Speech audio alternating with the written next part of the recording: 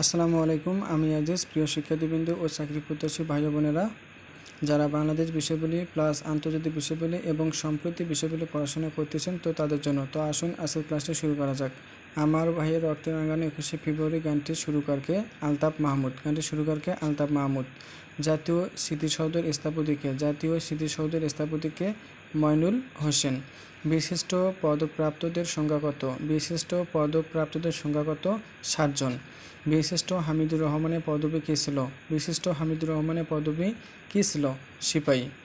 শহীদ বুদ্ধিজীবী দিবস কবে পালন করা হয়? 14ই ডিসেম্বর।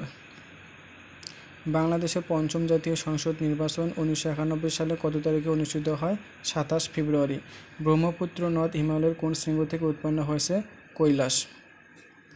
বাংলাদেশের সবচেয়ে উঁচু পাহাড় চূড়ার নাম কি?